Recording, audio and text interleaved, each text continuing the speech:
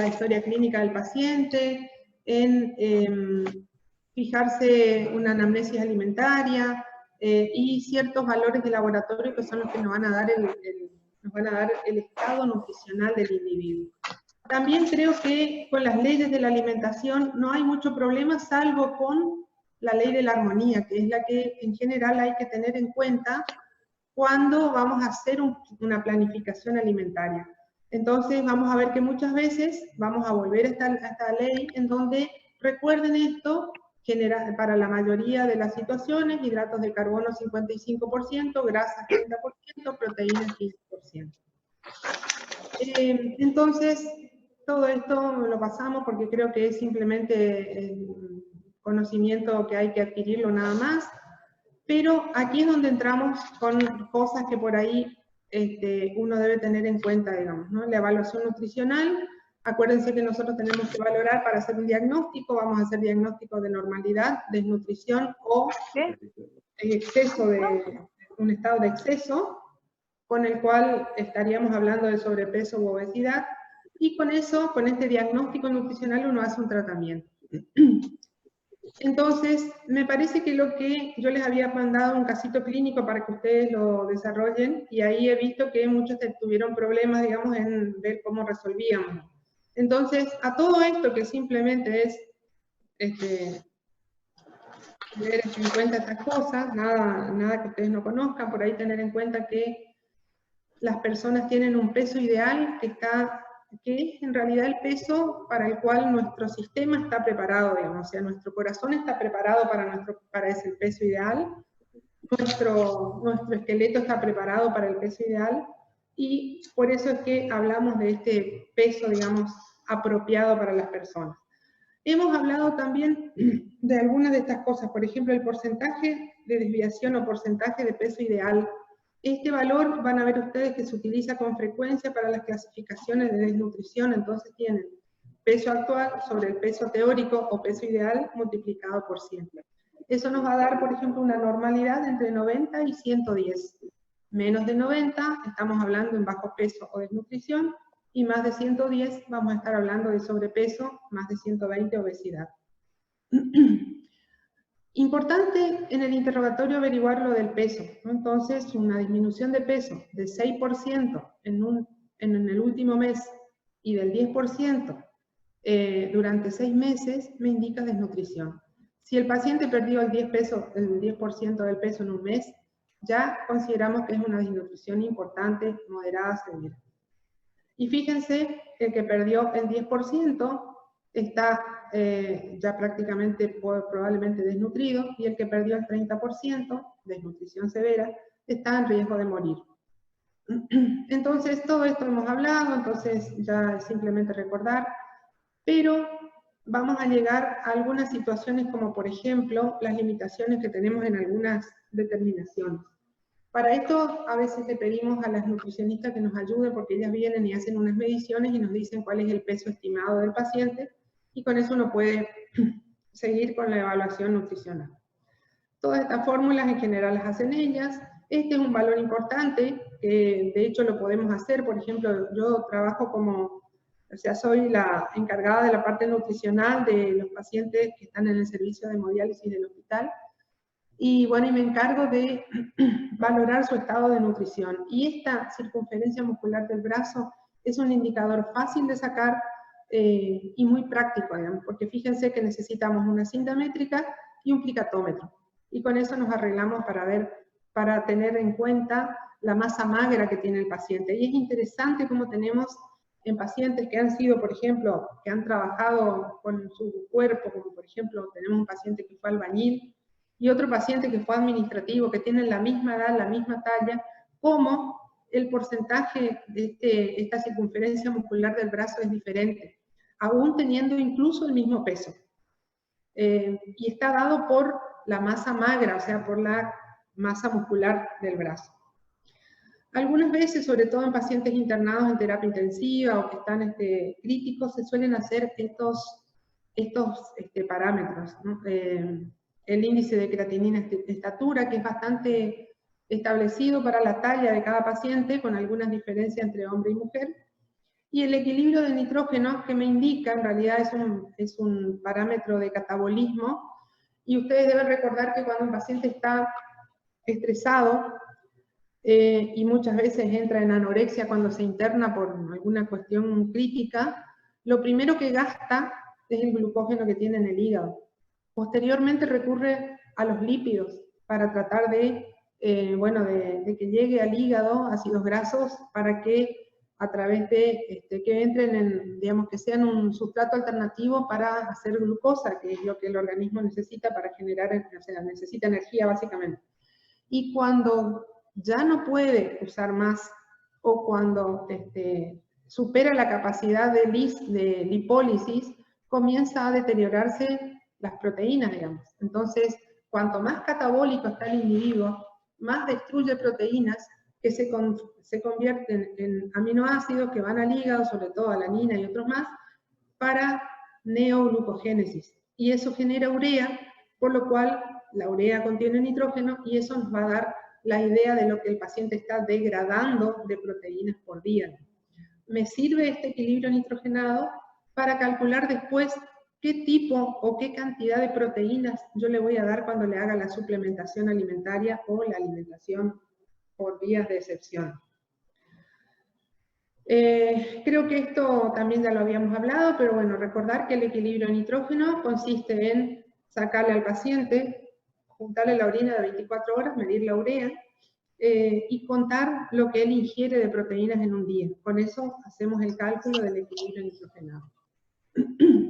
Entonces, eso es importante. Esto también hemos dicho que las proteínas del plasma son muy útiles para saber el estado de síntesis que hace el hígado. Entonces, la albúmina, la transferrina, la proteína transportadora de retinol. En otras situaciones, la proteína C reactiva, la beta-2 microglobulina, son proteínas que me pueden indicar el grado de funcionalismo del hígado en contexto de malnutrición. Pero bueno, la albúmina es la más fácil de medir, es la que tenemos a diario para solicitar en el hospital y nos da información importante. Recuerden también que la albúmina se considera un reactante negativo de fase aguda, o sea que cuando hay un estrés, la albúmina disminuye porque el hígado fabrica más otras proteínas como la proteína C reactiva, fibrinógeno, etcétera, proteínas del complemento, que son necesarias para combatir el estrés, la infección o el proceso mórbido que esté teniendo. Entonces,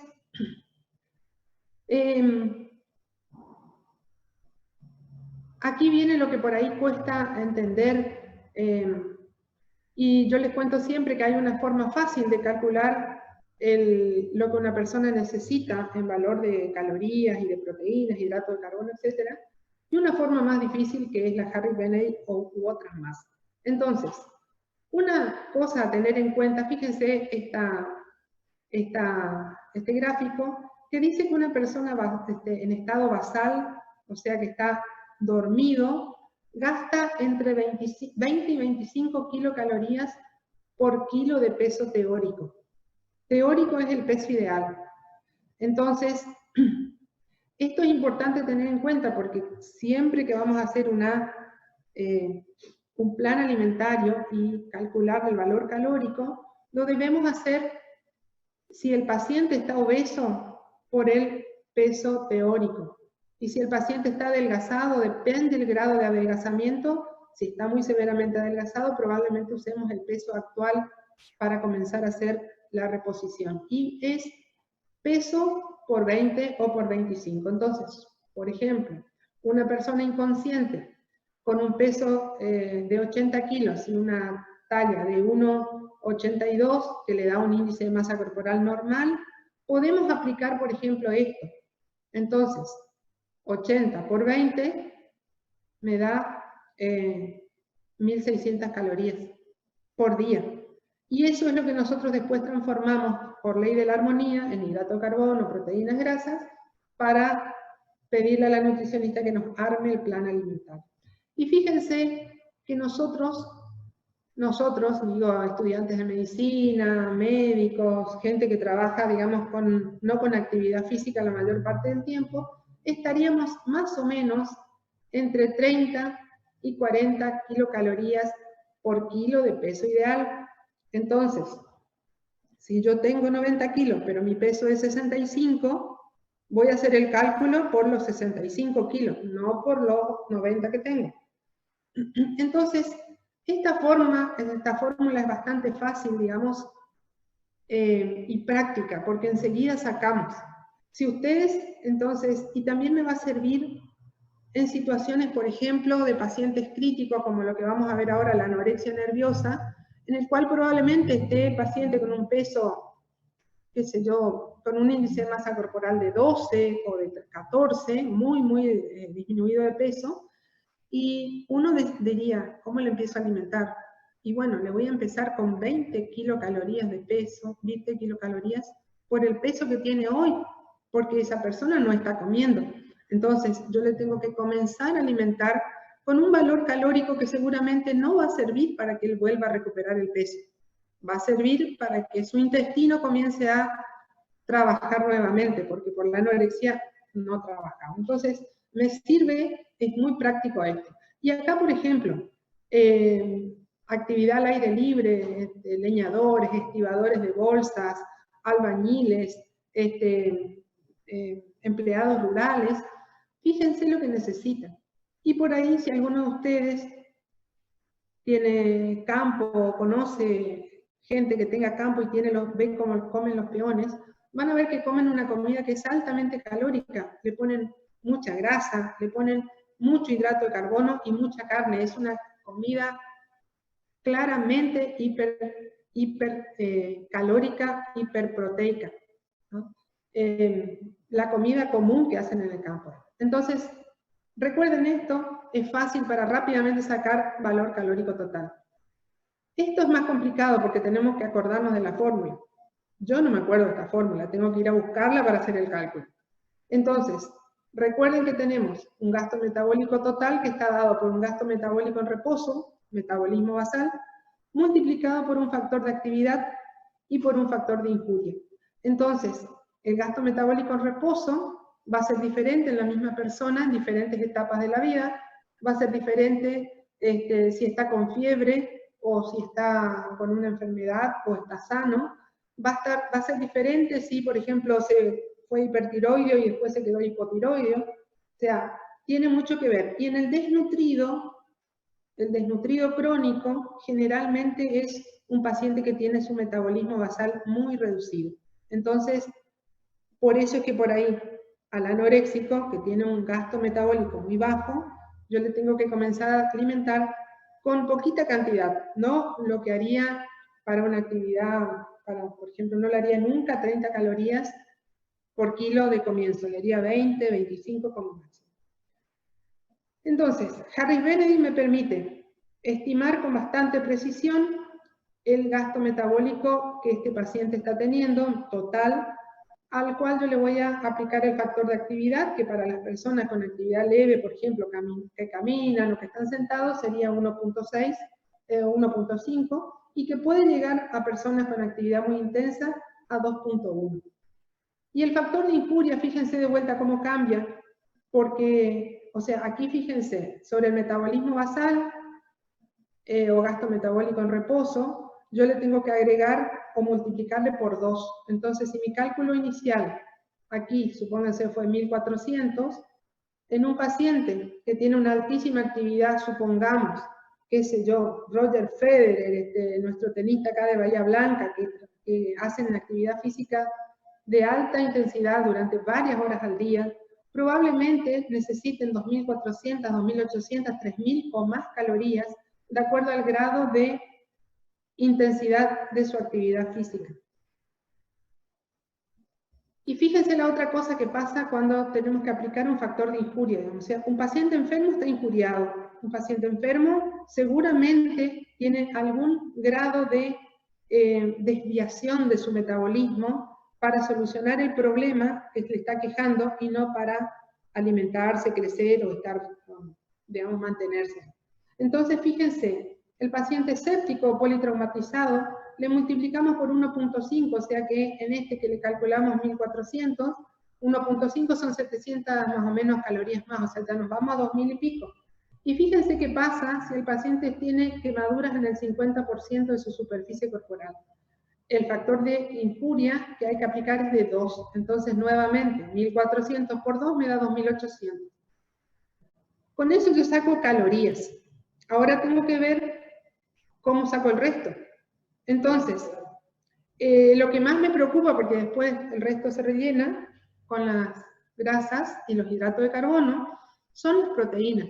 Porque fíjense, un paciente normal no está enfermo, no tiene ninguna injuria. Lo normal para cualquiera de nosotros es 1 gramo por kilo por día de peso ideal. Entonces, si yo mido 1,70 m, necesito, y calculo que mi peso ideal está alrededor de 70 gramos, es un dato importante. Generalmente el peso ideal está cercano a los centímetros que superamos al metro de talla. Entonces, una persona normal de 1,70 probablemente necesite 70 gramos de proteínas por día. Si el paciente está con un estrés moderado, supongamos tuvo, qué sé yo, un politrauma con fractura de cadera y fracturas costales, fíjense a lo que aumenta sus necesidades proteicas. Y supónganse que esté grave, una pancreatitis aguda, una cirugía cardiovascular, un politrauma grave, puede necesitar hasta 3,5 gramos de proteínas por kilo de peso por día. Entonces, esto es algo que uno lo va calculando. En general, para un paciente desnutrido o un paciente con altos requerimientos, o sea, o que está enfermo, empezamos como si fuera moderado, calculándole a 1,5 gramos por kilo de peso ideal por día. Y esta otra es la que necesitamos hacer el balance nitrogenado. El balance nitrogenado me va a informar, bueno, el balance de este paciente es negativo, tantos gramos de nitrógeno.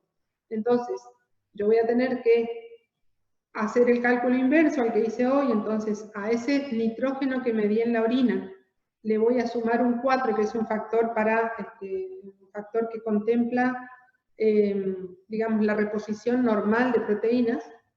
Y ese valor, supónganse, me da, qué sé yo, 16 más 4, 18, le multiplico por 6,25, si ustedes recuerdan, este es el número con el cual nosotros, si dividimos la proteína, lo transformamos en nitrógeno, y si multiplicamos el nitrógeno, lo transformamos en gramos de proteína. Entonces, para la mayoría de los casos vamos a hacer esto, pero pacientes que han estado muy catabólicos, yo siempre les digo, el ejemplo que yo les doy es la pancreatitis aguda.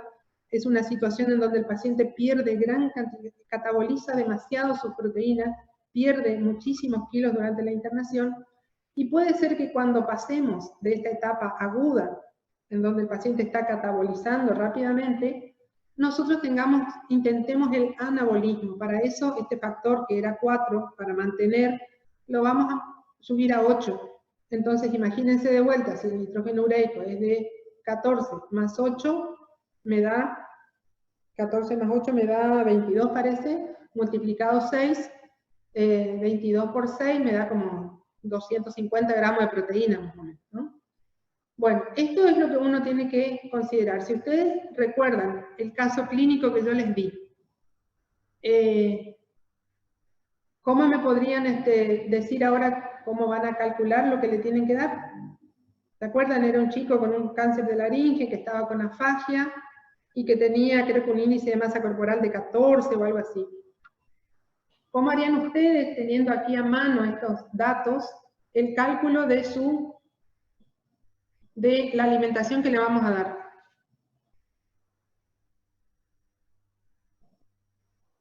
¿Cómo empezarían? ¿Les parece que usarían Harris-Bennett y que es complejo, hay que pesarlo, medirlo, pedirle la edad, la talla, todo eso? ¿O utilizan esta? ¿Sí? Sería más fácil la que tiene las kilocalorías por actividad. Ajá. Bien, entonces, ¿qué actividad está haciendo nuestro paciente? Y muy liviano. Muy liviano. ¿Y está injuriado? Sí. Sí, tiene un cáncer, ¿no? Ah.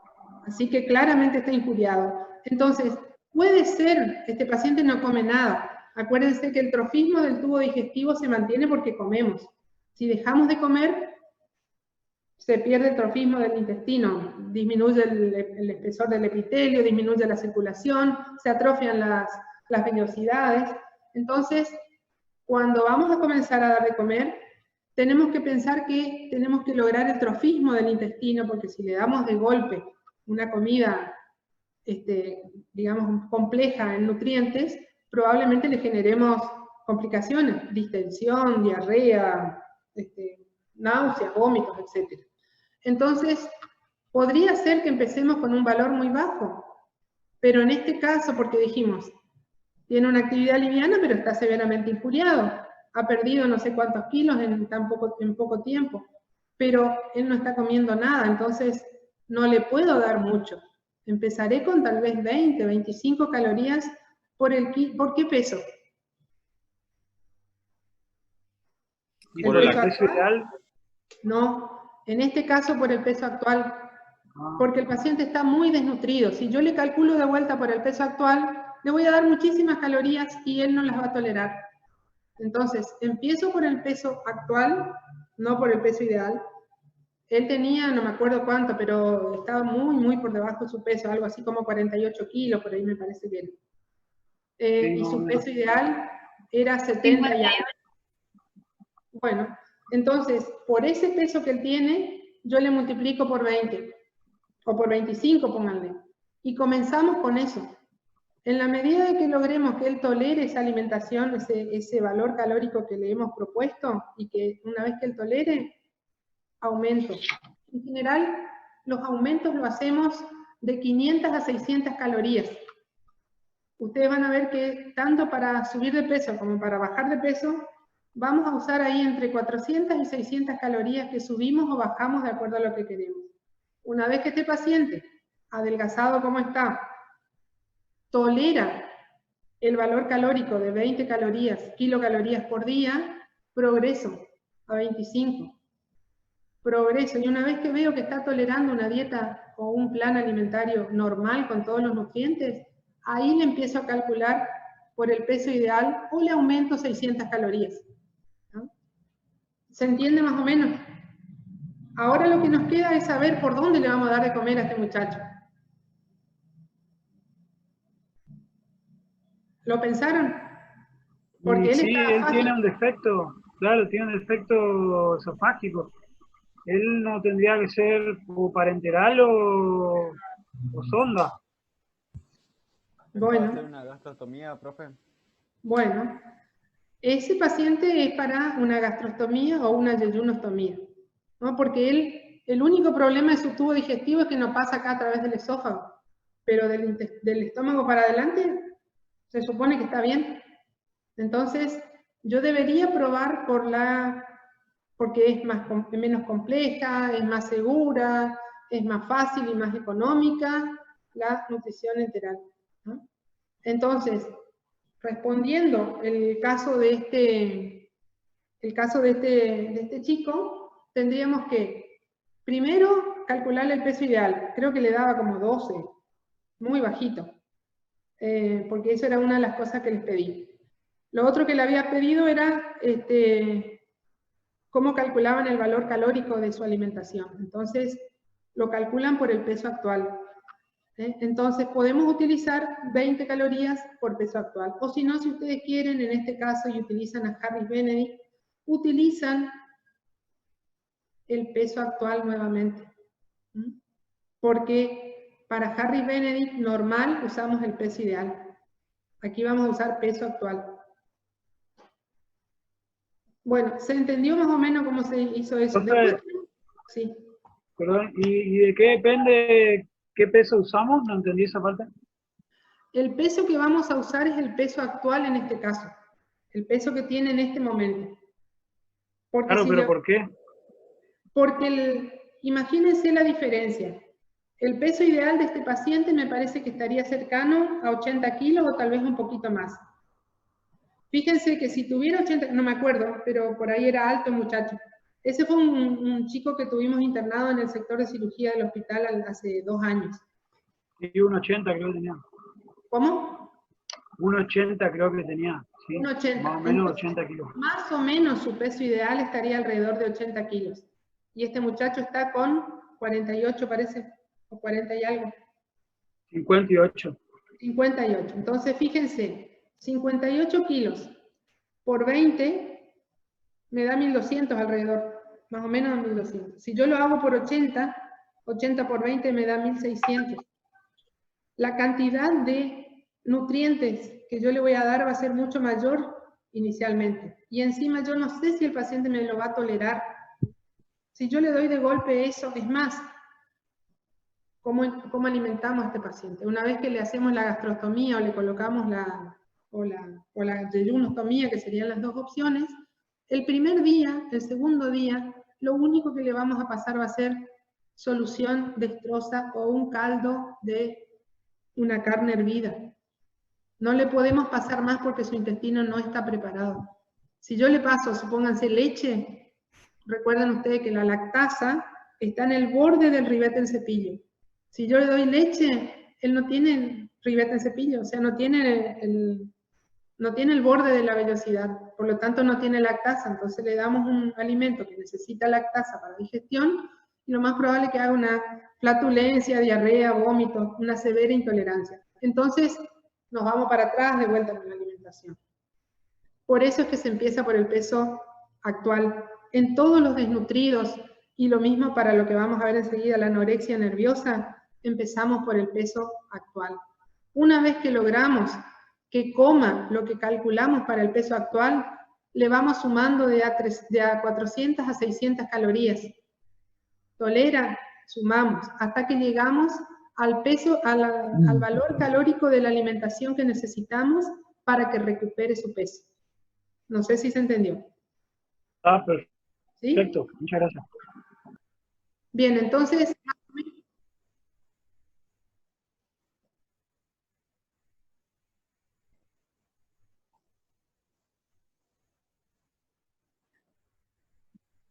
totalmente. O sea, si ustedes tienen un paciente que supónganse, está politraumatizado, está en una cama, o sea que su actividad va a ser leve.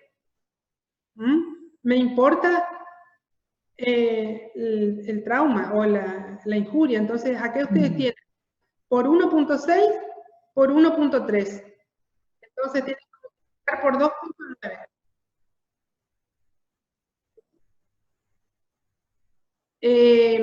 Si es que está en anorexia.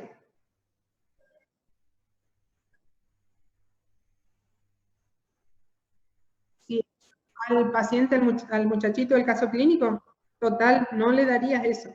Pero acá, por ejemplo, si vos tenés un paciente que ayer le atropelló un auto, le rompió 5 huesos y no sé qué más, si hoy le pones una sonda y le comenzás a alimentar, le podés dar de acuerdo al cálculo que hiciste. Pero acordate que esto se hace por el peso ideal de cualquier paciente.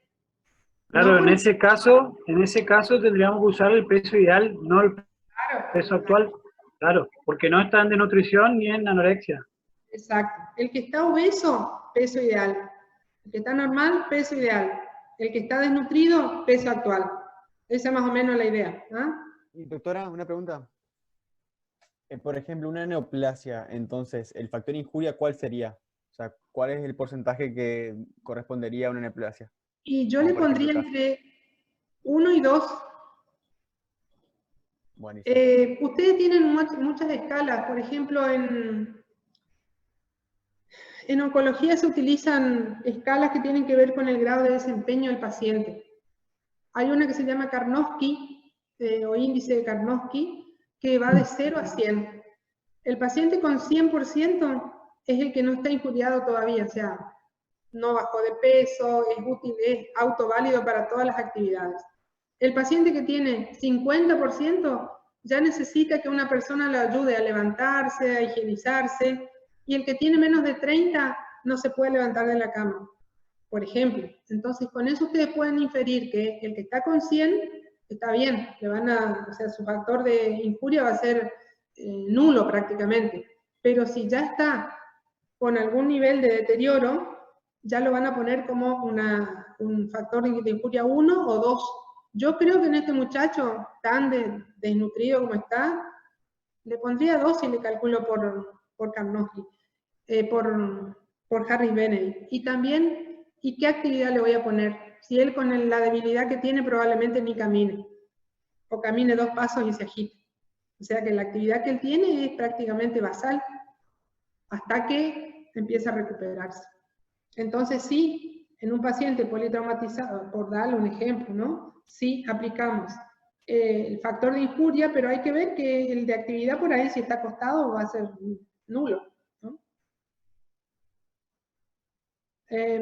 Bueno, y esto es lo que nos hacen las nutricionistas, digamos. Entonces, a partir de este valor calórico total, supongamos 1600 calorías, nosotros tenemos que considerar la ley de la armonía. Entonces dijimos 55% de hidrato de carbono, 15% de proteínas para la mayoría de las personas, y 30% de grasas. Esto, supónganse que si a mí el valor calórico total de la dieta me dio, pongamos números redondos para que sea más fácil, 2000 calorías por día. Y yo sé que el 55% tiene que ser de hidratos de carbono. Es regla de 3 simple. Lamentablemente, si eligieron medicina para no hacer cálculos, no la pegaron. Hay que hacer cálculos. Entonces, más o menos, si no me equivoco, 55% de 2000 es 1100. Entonces, 1100 calorías de la alimentación de este hombre, de esta persona, tiene que venir de los hidratos de carbono.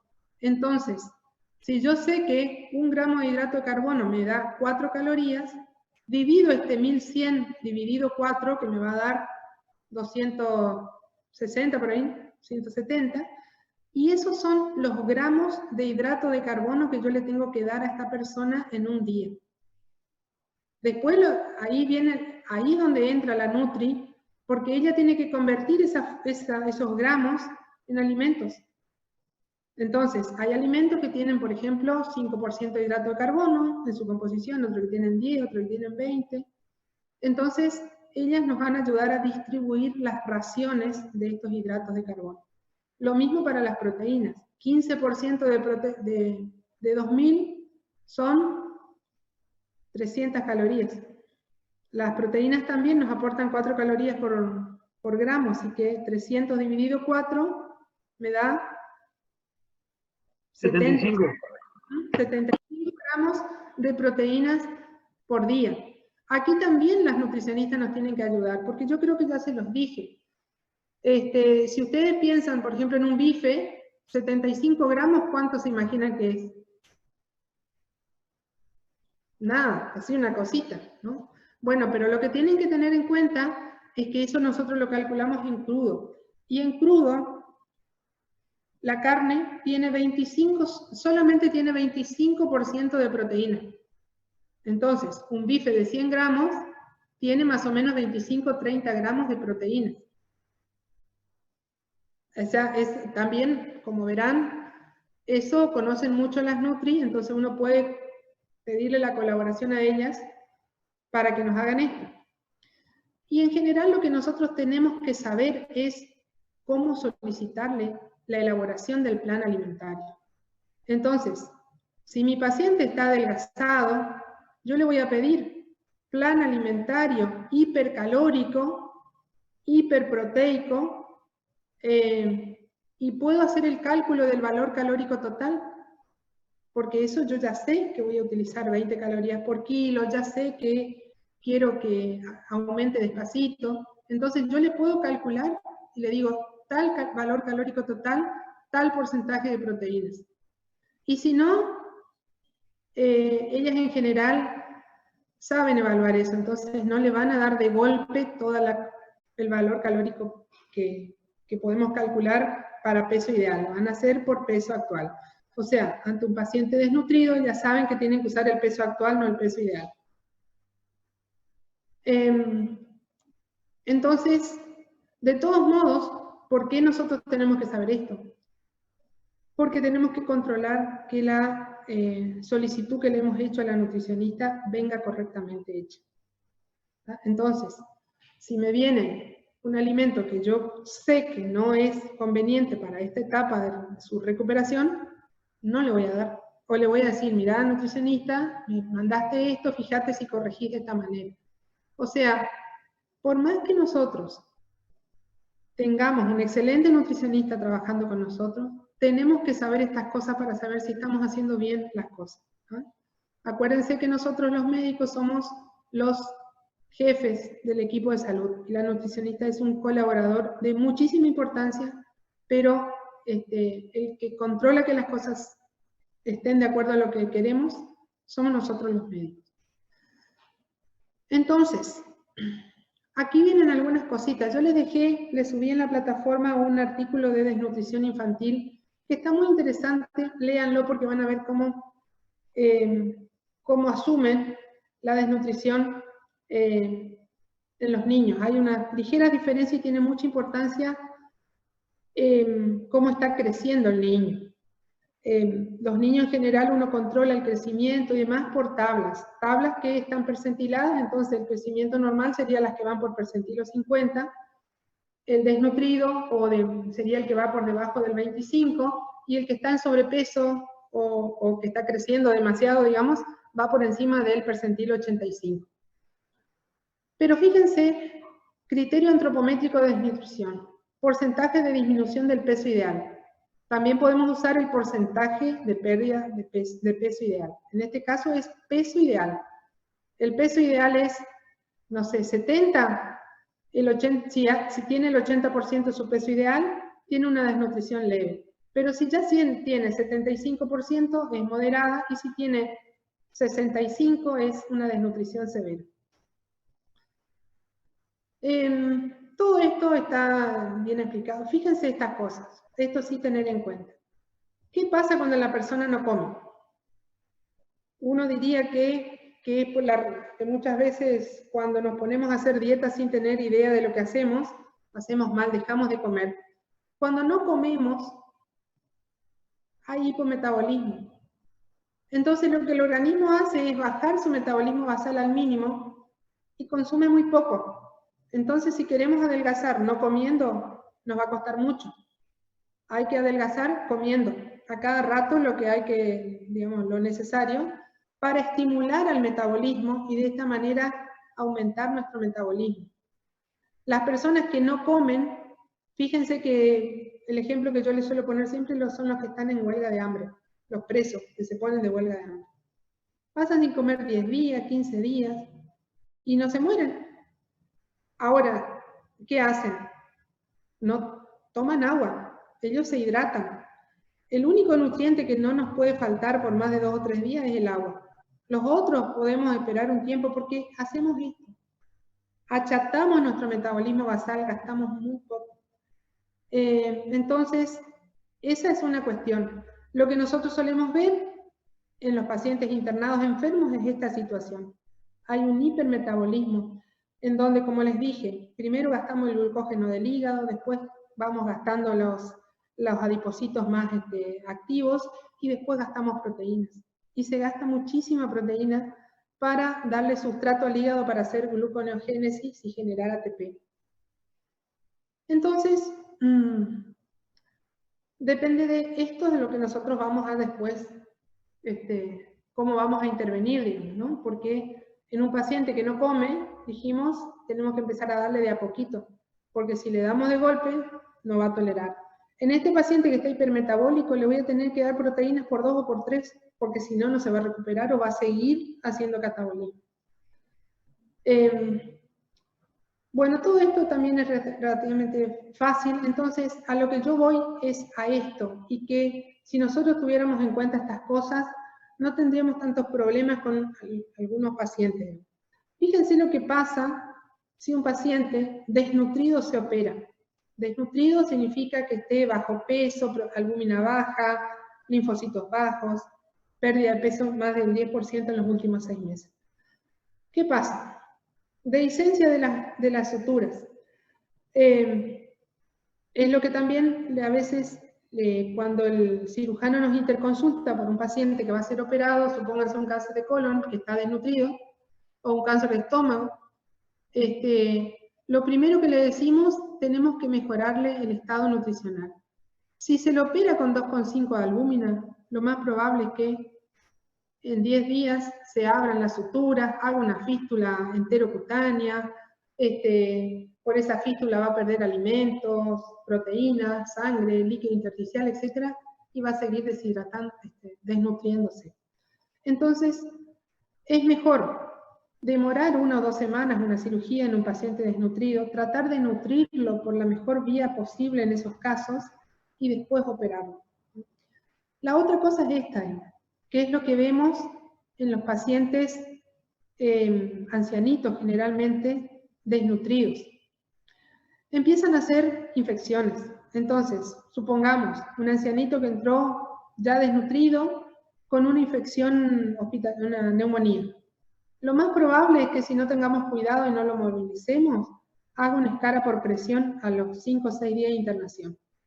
Y así sucesivamente hasta que el paciente no tiene más de dónde sacar recursos para curárselo. Entonces, lo que se ha visto, este grafiquito yo lo saqué del Harrison, es que fíjense, cuando un paciente va perdiendo su masa magra, significa su masa muscular, van ocurriendo una serie de cambios en donde los niños detienen el crecimiento, no suben más en talla, se quedan peticitos. Después pierden la inmunidad, entonces hacen gastroenteritis, diarreas, infecciones de piel a repetición. Una vez que sigue la pérdida, estamos acá cercano al 20 y pico % de pérdida de masa magra, ya comienzan las infecciones más graves, las bronconeumonías, las infecciones urinarias, los cuadros sépticos. Si seguimos avanzando, fíjense, cuando ha perdido más del 30% de su masa grasa, el paciente ya no tiene fuerza para caminar. Si seguimos, ya no tiene fuerza ni para sentarse, entonces está postrado todo el día. Si no hay alguien que lo cuide y lo alimente, se va a ulcerar, y si se ulcera, se infecta y se muere. Este camino es lo que vemos todos los días en la práctica clínica en el hospital, y tiene que ver con el poco interés que le ponemos al cuidado de los ancianos, porque hoy vivimos más. Se supone que vamos a vivir cerca de los 80, 85, hay personas que viven hasta los 90 o más años. Cuando no tenemos en cuenta una alimentación que mantenga la masa magra, una actividad física que mantenga el trofismo de los músculos, nos va a llegar esto indefectiblemente. Y la mayoría de los pacientes ancianos termina con esto. Un paciente con una ACV que ha quedado hemipléjico y no se lo rehabilita. Entramos acá.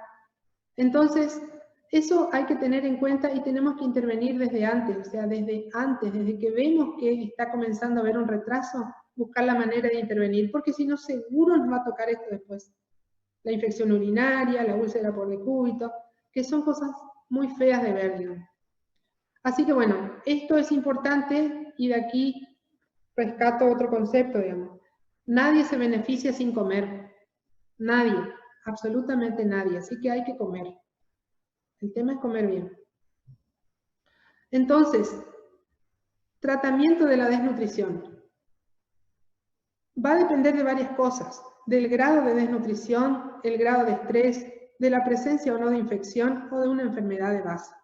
En el caso de nuestro paciente de vuelta, el grado de desnutrición perdió 32 kilos perdió. Uno debe pensar que perdió cerca del 40 y pico % de su peso, el paciente del caso clínico. Entonces, es una desnutrición severa. Estrés metabólico, y dijimos que era importante, tenía un cáncer que le estaba dando afagia, o digamos determinado, o sea, el estrés metabólico por su enfermedad de base. Entonces, en un desnutrido grave, lo primero es que no se muera. Entonces, si está deshidratado, hidratar, tener mucho cuidado con los electrolitos, porque estos pacientes se mueren por desbalance hidroelectrolítico. Hacen hipocalemia, hiponatremia, hipomagnesemia, hipofosfatemia, hipoglucemia, y eso genera que, bueno, que se compliquen con arritmias graves, que hagan convulsiones, que hagan encefalopatía, y empeora la situación. Entonces, en el desnutrido grave, ¿qué hacemos primero? En el caso de nuestro paciente que le dijimos que le hicimos la gastrostomía, le pasamos líquidos con electrolitos. Entonces, La forma más fácil de hacerlo por la vía digestiva es el caldo. El caldo de pollo, caldo de carne, de lo que sea, en donde tiene potasio, tiene sodio, tiene agua. Y después le damos Destrozal 5 o un té endulzado con azúcar y le estamos dando las cosas elementales. Y esperemos que tolere. Una vez que tolera, empezamos a complejizar la alimentación que le damos. Entonces, en el caso de nuestro paciente, oral no se podía porque estaba fágico, así que no nos quedaba la enteral. Siempre que el tubo digestivo está funcionando, usamos el tubo digestivo. Salvo que no se pueda porque el paciente no quiera, porque esté totalmente... Suele ocurrir, por ejemplo, en las anoréxicas que están totalmente negadas a alimentarse, en donde por ahí se le coloca una sondita y se le pasa alimento cuando duerme, por ejemplo, o se le puede hacer por corto periodo alimentación parenteral para empezar a recuperarse. Entonces, dietas pobres en grasas y exentas de lactosa para evitar la diarrea. ¿Y qué es lo que queremos? Represionar el peso perdido, digamos, entonces recuperar tejido adiposo, recuperar masa magra, generar anabolismo, para eso necesitamos darle nutrientes, mejorar la fuerza, el tono muscular y de esa manera evitar las complicaciones. Obviamente, una vez logrado mejorado el peso, no volver a perderlo. Entonces, formas fáciles de hacer el cálculo: valor calórico total, anamnesis alimentaria, vemos lo que come. Si está comiendo nada, le hacemos a 20 calorías por kilo, ¿no? Si no vemos, si está comiendo 1200 calorías, bueno, podremos aumentar un poco más. Sí, claramente debe ser hipercalórico. Lo hacemos por el peso actual, dijimos, no por el peso ideal. Y fíjense, el valor de hidratos de carbono es siempre más o menos 50-60%. No le damos más, porque si le damos más de 60% de hidrato de carbono, lo más probable es que el paciente tenga flatulencia y diarrea, mucha carga de hidrato de carbono al intestino. Entonces, en lo posible, no más de 400 gramos por día. Proteínas, tiene que ser hiperproteico, entonces inicialmente 1,5 gramos por kilo de peso ideal. La proteína sí le hacemos por el peso ideal, porque él necesita mucha proteína. Y podemos llegar hasta darle hasta 4,5, pero esto en casos muy, muy excepcionales. Tenemos que considerar lograr, digamos, un equilibrio nitrogenado positivo. Pero si no tenemos para medir equilibrio nitrogenado, por lo menos tenemos que tener en cuenta estos detalles: 1,5 a 2 gramos de proteína por kilo de peso ideal, que sean por lo menos el 60-70% de alto valor biológico. ¿Se acuerdan que esas eran las proteínas de las carnes? Sobre todo de las carnes pulpa y de la leche y del huevo, ¿no? Y va a determinarse, digamos, cómo le vamos a dar de acuerdo a las características de nuestro paciente. Entonces, puede ser que el que venía comiendo le hagamos de una consistencia habitual, lo que es comida en común, o si no, los que le llamamos de fácil disgregación gástrica cuando están con un hipoperistaltismo, porque, por ejemplo, un ejemplo que las nutricionistas hacen siempre, que para darle hidratos de carbono, pan, que se disgregue rápidamente en el estómago, la mejor manera es darle tostadas. Las tostadas, al embeberse con los líquidos gástricos, automáticamente se desarman. Sin embargo, el pan no tostado cuesta más. Temperatura, o sea, ni debe ser ni muy caliente ni muy fría, normal. El volumen en un paciente desnutrido, disminuido, con una densidad calórica alta, dijimos, muchas calorías en poco volumen. Preferiblemente fraccionar, acuérdense que dijimos que cuando fraccionamos aumenta el metabolismo, entonces el paciente utiliza mejor los nutrientes y puede recuperarse más rápido. ¿Qué queremos con esto? Que aumente de 200 a 300 miligramos por semana. Y eso sería lo ideal si hacemos todo este plan más o menos con estas características. Si nos pasamos, lo único que logramos es que el paciente tenga diarrea y que genere algún disturbio hidroelectrolítico que le dé edemas. Así que esto es lo que pretendemos en desnutrición. ¿Alguna pregunta con esto? Doctora, disculpe. Te escucho. le pregunto, usted dijo que hay que esperar a que el paciente tolere para poder aumentar, digamos, las 600 calorías, el régimen calórico. ¿Cómo Sí. sé que lo está tolerando? Sé que lo intolera por la diarrea, la flatulencia y eso, pero ¿qué me indica que lo está tolerando? Que no tiene distensión, que está defecando correctamente y que no llega, o sea, que no queda con sensación que no está con sensación de plenitud a la próxima comida. O sea, eso es clínico, ¿no? Es un control clínico, o sea, 3 días, 4 días y uno va progresando. Gracias. Lo hacemos en colaboración estricta con las nutricionistas. Bueno, esto, bueno, fíjense que yo les he dicho que en general usamos calorías por kilo para sacar nuestro valor calórico total. En los niños tienen muchísimo más. ¿Esto seguramente lo leyeron o no? Díganme que sí, por lo menos así me quedo contenta, que no se olvidaron de nutrición todos estos días. Bueno, en los niños se utilizan estas tablas. Les dije las tablas en este caso son tablas de edad y de estatura para edad, de velocidad de crecimiento, entonces tenemos edad y centímetros por año, y hay otras tablas más. Hay tablas de peso para la talla, hay tablas de peso y de talla para la edad, etcétera, para saber si los niños están creciendo correctamente. O sea, yo les puse algunas, pero hay todos unos libritos que son de todas las tablas que se utilizan para evaluar el crecimiento de los niños. Entonces, algunos de ustedes seguramente va a ser pediatra algún día. Estas cosas se hacen a los niños cada vez que va al control. Hay que medirlos, hay que pesarlos, hay que comparar hay que hacer un seguimiento. En general hay libretitas en donde uno va marcando cómo va creciendo el niño, porque esta es la manera de darnos cuenta precozmente cuando hay un problema. Porque lo primero que hace el niño cuando tiene un problema de salud es detener el crecimiento. Se queda ahí con la talla. Entonces, controlando esto, nosotros podemos ver cuando hay un problema. Y fíjense que me interesa por ahí que tengan en cuenta esto,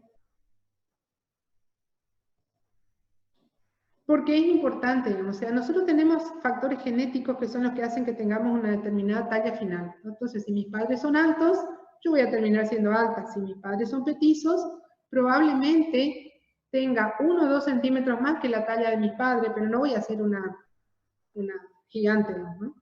Entonces, esto tiene que ver con el perfil de secreción hormonal y con factores de crecimiento tisular que son propios de cada persona. Pero sobre esta base que traemos con el solo hecho de ser, intervienen estos procesos, digamos. La nutrición en la primera etapa de la vida, el primer año y hasta el segundo año, es fundamental para el crecimiento. Un niño que no recibe la nutrición adecuada no va a crecer.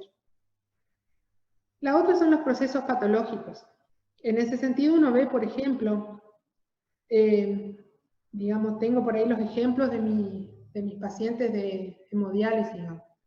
Tenemos una chica que tiene ya 22 años, que hizo una glomerulonefritis que requirió, bueno, que quedó con el riñón totalmente enfermo, se trasplantó los riñones, un riñón incluso cuando era chiquita, tenía 8 o 9 años, pero toda su vida ella vivió enferma. Entonces le tengo a la mamá, que es una señora que tendrá 1,65 m de estatura, y ella que tiene 22 años y que tiene 1,45 m. Y ya no va a crecer más. Entonces, a esta chica, los procesos patológicos que le acompañaron durante toda su vida, le hicieron que los factores genéticos no pudieran hacer el efecto que tenían que hacer y quedó su crecimiento detenido. Ella hoy es una chica totalmente desarrollada, o sea, tiene, digamos, forma de mujer, menstrua, pero su estatura y pesa creo que 39 kilos. Entonces, claramente los procesos patológicos hacen que nosotros no crezcamos de acuerdo a nuestra genética. Y la otra cosa es el ambiente, ¿no? Y yo, no sé, ustedes son muchísimo más jóvenes que yo, pero yo les recuerdo siempre una película de Arnold Schwarzenegger y Danny DeVito, que se llama Mellizos. Y no sé si ustedes lo ubican, Danny DeVito, peticito gordo, y Arnold Schwarzenegger en aquel entonces era alto, musculoso y, bueno, muy, muy atlético. Van a ver ustedes que claramente el ambiente psicológico adverso hace que la persona no crezca. Eso se conoce incluso, lo pueden leer en el Harrison o en el Farrera, como el enanismo afectivo. Y en estos pacientes, en estos dos individuos pasó esto, digamos. Danny DeVito, el peticito, se crió en orfanatos, nadie lo quería, encima vivía de, digamos, muy malas condiciones. Y fíjense cómo terminó, peticito y obeso, lo cual ya les da otra pauta, digamos. El niño o la persona que nace o que en sus primeros años de vida tiene un ambiente nutricional desfavorable, desarrolla elementos fenotípicos para atesorar alimentos después. Entonces engorda, y no solamente engorda, sino que hace síndrome metabólico y queda diabético. O sea, no sé si le pasó eso en la película al enanito, digamos, pero es lo que ocurre habitualmente. Y sin embargo el otro que nació cuidado, querido y demás, creció alto, musculoso, y sano y demás. Bueno, esas cosas son muy importantes y las vemos. Y es lo que hace que muchas personas que crecen en ambientes pobres lleguen a la etapa final, a la etapa adulta con una estatura menor que la de los padres, pero a los 30, 40, 50 años están obesos, justamente por estas características. Bueno, esto hace que de alguna manera uno pretenda que los niños sigan una línea de crecimiento que no llegue a la obesidad, digamos, para evitar que en la edad adulta hagan algunos de estos problemas. Bueno, nada más con respecto a esto. O sea, esto, fíjense, desde los primeros meses de vida hasta más o menos los 3 años, lo que un niño necesita para crecer adecuadamente son 100 kilocalorías por kilo de peso. En la medida de que van pasando los años, va disminuyendo, también se va desacelerando el crecimiento. Y llegamos a la pubertad con este requerimiento de calorías por kilo de peso hasta que llegamos a la edad adulta. Razón por la cual, fíjense, un adolescente vacía la heladera porque ya tiene 70 kilos y 7 por 4, 7 por 5 casi son 35, 3.500 calorías. Si ustedes recuerdan cuando tenían 15, 16, 17 años, los varones sobre todo, que son los que tienen un crecimiento más brusco, seguramente recordarán que vivían todos los días abriendo la heladera buscando cosas para comer porque había que comer mucho para mantenerse. Bueno,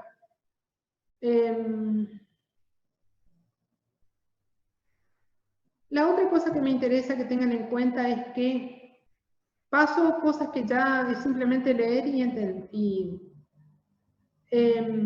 Fíjense esto, digamos. Las mujeres deberían embarazarse con peso normal. Habitualmente eso no ocurre casi nunca, ¿no?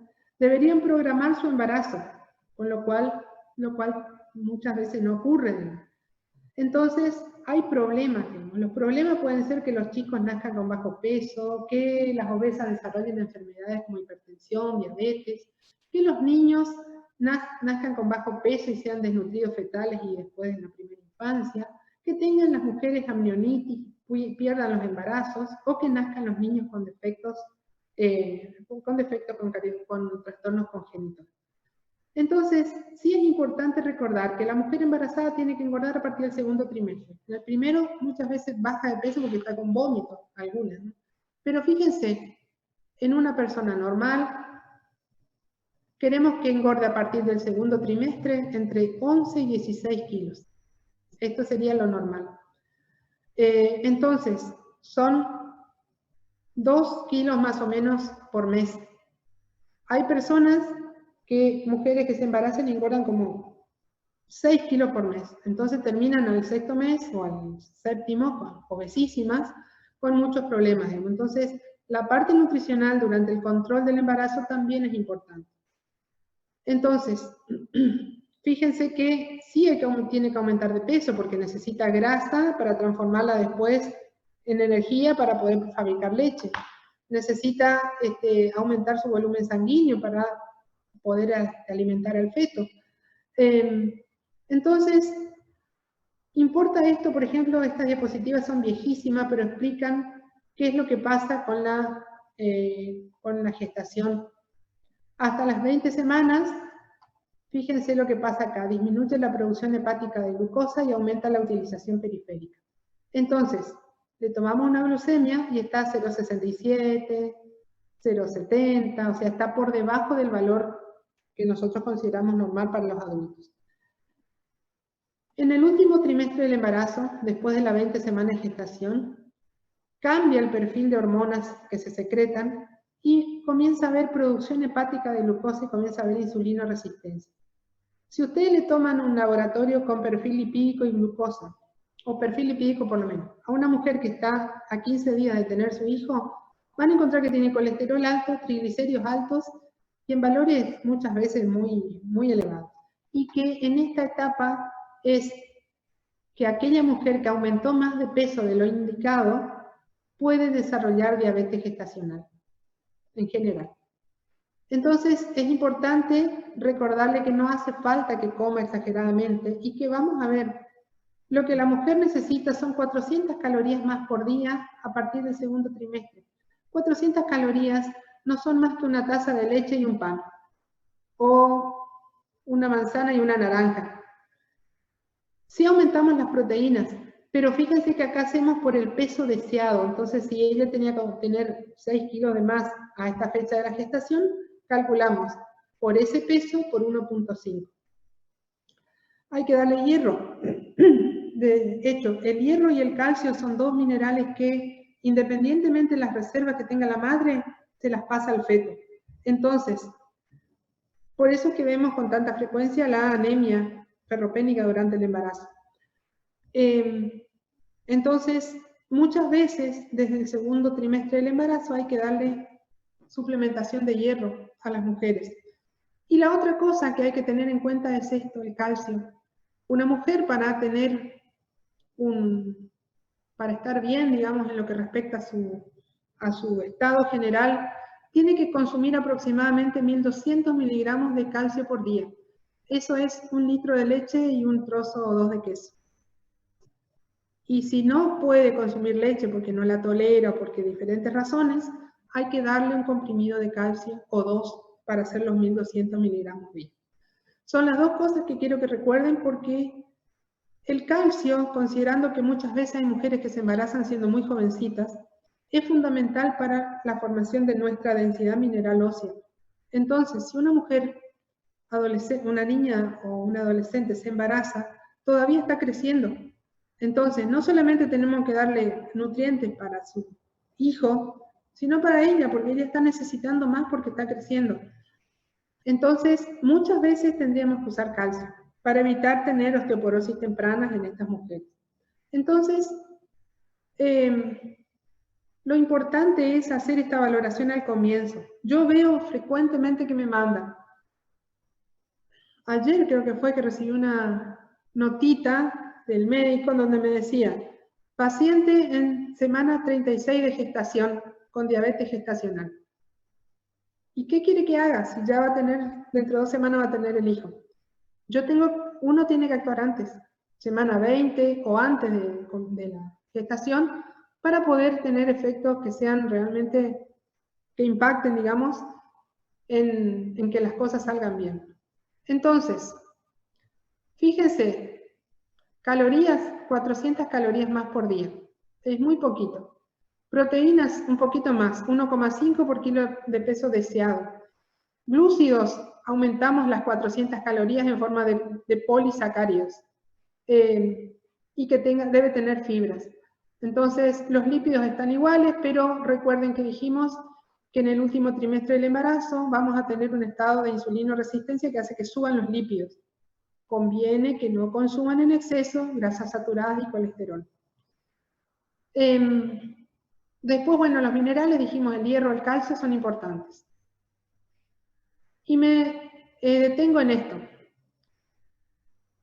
En el 2017 hicieron la última encuesta nacional de factores de riesgo. Se vio que cerca del 10% de la población tiene glucosa alta. Se vio que entre obesidad y sobrepeso estamos en el 60% de la población. Y las mujeres que se embarazan estando obesas tienen mayor riesgo de hacer diabetes gestacional. Entonces, este es un problema de la gestación que hay que buscar, y hay que buscar ni bien comienza el embarazo. Porque si me mandan a la paciente en la semana 36, yo ya no puedo hacer más nada. El bebé ya está crecido de más, la madre está insulino resistente, ya el desorden metabólico está hecho. Entonces, la idea es tratar de hacer diagnóstico previo. Entonces, ni bien se diagnostica el embarazo, pedir una glucemia para ver dónde estamos, ¿no? Entonces, si la glucemia me da más de 100, yo ya estoy pensando que ya no está bien. Entonces repito, en la misma semana repito otra glucemia. Me vuelve a dar en estos valores más de 100, ya es diabetes gestacional y tengo que actuar. Y en general usamos este algoritmo, que es el que propone la Sociedad Argentina de Diabetes, en donde, fíjense, primer laboratorio, al detectar el embarazo. Glucemia menos de 100, nada. Glucemia entre 100 y 125, diabetes gestacional. Glucemia más de 126 o más de 200 al azar con síntomas, esta mujer era diabética de antes y se embarazó. Entonces, yo ya detecto inicialmente y ya puedo hacer tratamiento.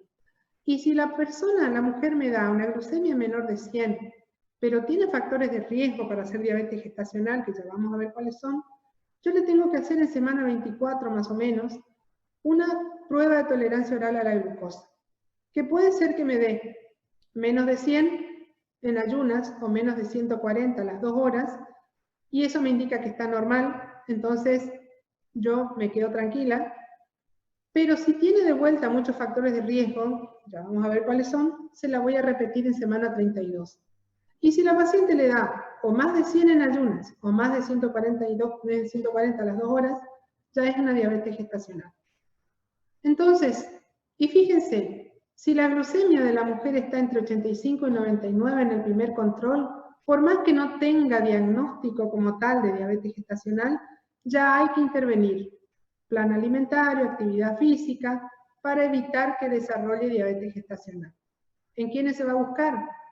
Edad materna. Cada vez hay más gente que se cuida porque quiere tener la casa, el auto, todo eso, y deja para tener hijos después de los 35 o 40 años. Bueno, la edad materna es un factor de riesgo.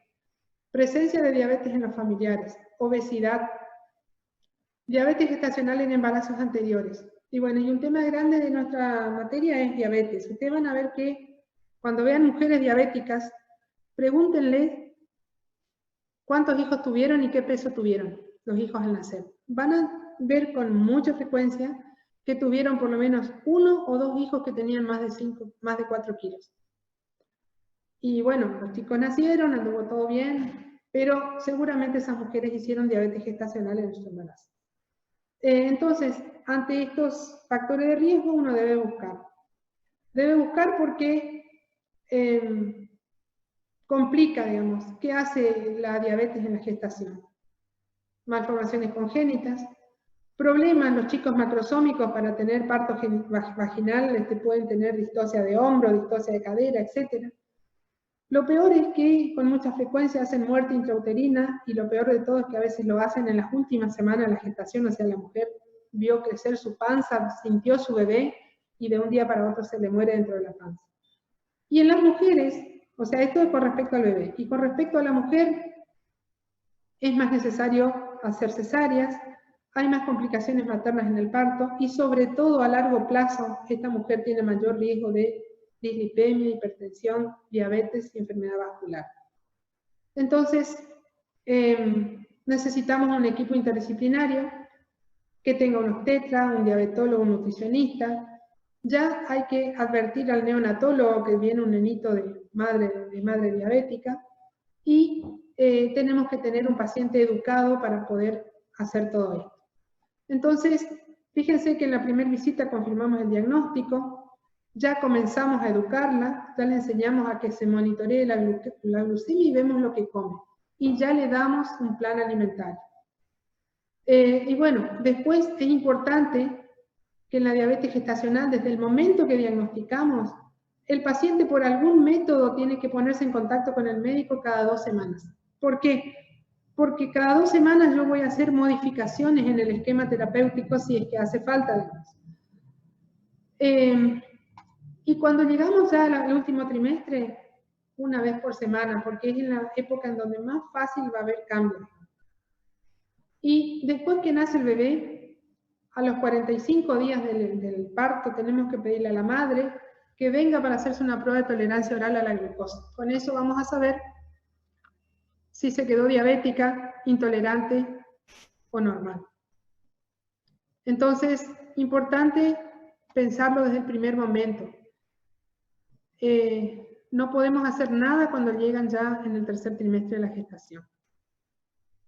Y bueno, y ustedes dirán, ¿y cómo acá? 15 días, y sí, aquí entra lo que está tan de moda ahora, que es la telemedicina, la consulta por WhatsApp y demás, digamos. Muchas veces, pacientes, yo por ejemplo tengo varios pacientes, las gestantes sobre todo, que le pido que me pasen la fotito de su monitoreo, y con eso le voy regulando la medicación o dándole las indicaciones, para que no tengan que venir cada 2 semanas a la consulta. ¿Cómo el monitoreo, profe, del Accu-Chek, del glucómetro? Se le tiene que proveer un glucómetro. Nosotros en el hospital, o sea, tenemos a nivel nacional y a nivel provincial un programa en el cual se diagnostica, se le provee un equipo glucómetro y se le da toda la medicación que necesite durante el embarazo. Cuando tiene el bebé, nos devuelve el equipo para que podamos usar con otra. Sí. Ah, genial, gracias. Y se les da las tiras, se les da todos los insumos. Bueno, el otro problema es la lactancia. No sé si ustedes por ahí tienen la tía, la hermana o alguien, que en donde dicen que tiene que comer, tiene que tomar el mate de leche y tomar cerveza y no sé qué más para juntar leche. En realidad, fíjense, una mujer, dijimos que tenía que aumentar entre 12 y 16 kilos en el embarazo normal. Cuando nace el bebé, pierde el peso del bebé, el peso de la placenta, el peso del líquido amniótico y el líquido que acumuló. Son más o menos 6, 7 kilos. O sea que se quedó, si engordó los 16, con unos 8 o 9 kilos de más. Esos 8 o 9 kilos de más son los que la mujer va a ir perdiendo durante los 6 meses que dure la lactancia, la alimentación sobre la lactancia de pecho. Entonces, va a seguir necesitando un aumento de calorías, que son 400, 500 por día más. Y dijimos que eso es poquito, es una taza de leche, una media luna, un pan con mermelada, con eso ya está hecha las 400 calorías. Entonces lo cubrimos con lácteos, con granos enteros, con frutas. Y con esto la mujer al cabo de 6 meses debería volver a su peso de antes. Tenemos que darle calcio, de vuelta es importante que tenga que tomar 1 litro de leche por día para no descalcificarse. Y quiero incorporar acá otro problema que ustedes lo deben tener en cuenta. Yo estimo que ustedes leyeron esto, pero bueno. ¿Qué pasa con las personas de mayor edad? A tener en cuenta porque cada vez vivimos más, llegamos más a viejos y empiezan a declinar nuestros sistemas. Entonces, ¿qué pasa en los viejos, en las personas de edad? No tienen dientes o han perdido gran parte de ellos, no tienen la misma salivación, por lo tanto toda la función digestiva está debilitada, menos secreciones de jugos gástricos, pancreáticos, biliares, etc. A eso se le debe que muchas veces aparecen enfermedades en donde generan discapacidad, no ven bien, no huelen, entonces no pueden masticar, tienen intolerancia digestiva a algunos alimentos y comienzan a haber alteraciones en las absorciones de minerales, nutrientes y demás. A eso se le suma que las personas de mayor edad tienen modificaciones en todo su metabolismo y esto es muy importante. Va cambiando la relación entre la masa grasa y la masa magra, o sea, va aumentando la masa magra o en todo caso se mantiene, pero lo que claramente disminuye es la masa magra. es lo que se conoce, se está muy de moda ahora el término sarcopenia. El anciano que no hace actividad física queda sarcopénico. Al quedarse sarcopénico no tiene fuerza para reaccionar, se cae más, se fractura, no tiene fuerza para salir a comprar sus alimentos, etc. Entonces, esto es un punto a tener en cuenta, ¿no?, que hay que tratar de evitar. Se puede evitar con cambios saludables del estilo de vida. Para colmo, el 60% de las personas de más de 65 años tienen enfermedades crónicas. Entonces, eso puede hacer que tenga que recibir medicación que les altera el gusto de los alimentos, que interfieren con la absorción, que les limitan la ingesta de ciertas cosas. Por ejemplo, el diabético no puede tomar más la Coca-Cola común, el hipertenso no puede comer sal. Bueno, ese tipo de cosas que hace que cambie, ¿verdad?, claramente la manera de alimentarse y las ganas que uno tenga de hacerlo. A eso se le suman estas cosas, digamos. El aislamiento, las personas ancianas quedan solas, entonces, ¿quién les hace la comida? Muchas veces se los pone en un instituto de salud mental, de geriatría, digamos, un geriátrico, con lo cual pierden la noción de sus amistades, de sus conocidos, de sus hijos. Malos hábitos alimentarios, es común que los ancianos hagan 1 o 2 comidas al día, entonces cenan un té con leche con mucho pan y mermelada, etcétera, y no tienen proteínas adecuadas. Ignorancia, la gente no sabe cómo utilizar los alimentos ni cómo seleccionar alimentos con alta cantidad de nutrientes y con bajo costo. Y la falta de recursos económicos. Entonces, hay un montón de cosas que actúan en el anciano, pero lo que uno tiene que tratar es de mantener un valor calórico armónico. Entonces, fíjense, más o menos estimado para una persona varón de 70 kilos, 2.000 a 2.500 calorías. Las proteínas, siempre, el año pasado vino un geriatra a dar una charla acá y nos recalcó que es preferible para un anciano 1.5 gramos de proteínas por kilo de peso. Hay que darle más proteínas, porque lo necesita, si no pierde, va a terminar en sarcopenia. Hay que darle cada tanto, ver las vitaminas, y hay que intentar que distribuya la comida, su alimentación, en 4 comidas básicas y 2 pequeñas colaciones. Entonces, ocurre que en el anciano vemos estas cosas. Muchas veces la sobrealimentación de hidratos de carbono que los lleva a la obesidad, pero por otro lado, el desbalance en esa alimentación con escasas proteínas, por ejemplo, lo que los lleva muchas veces a que estén desnutridos, y entonces al estar desnutridos están más vulnerables a cualquier infección o situación. Entonces debemos considerar que, dado que vamos a ver muchísimas personas mayores, ancianas en nuestro consultorio, tenemos que tratar de que estos estén bien. Vamos a ver que es mucho mejor controlar a un paciente que está sano que tratar a un paciente que está enfermo. Y fíjense algunas de las cosas. Este cuestionario es viejo, pero se aplica, muchas sociedades científicas lo usaron, para saber qué tenemos que hacer con un anciano de acuerdo a este score, digamos. Fíjense que la mayoría de las personas tienen alguna enfermedad de la hipertensión, tienen que comer sin sal. Muchos comen 2 comidas al día o una sola. No consumen frutas o vegetales o lácteos porque dice que intoleran la leche. Alcohol, muchas veces está escondido el consumo de alcohol y los pacientes no lo dicen. Problemas dentales, la gran mayoría tiene problemas dentales. No tiene dinero, es bastante común que a veces no le alcance. Hoy si quieren comprar, qué sé yo, un kilo de carne, sale, no sé, como 500 pesos el kilo de carne. O sea. Si come solo, si toma varios medicamentos, si perdió peso, y si no puede comprar, preparar o cocinar sus alimentos sin ayuda, pónganle disminución de la agudeza visual, sordera, debilidad motora por alguna ACV. Todo esto me va a dar un puntaje que, fíjense, cuando sumamos de 3 a 5, ya el paciente necesita un asesoramiento nutricional.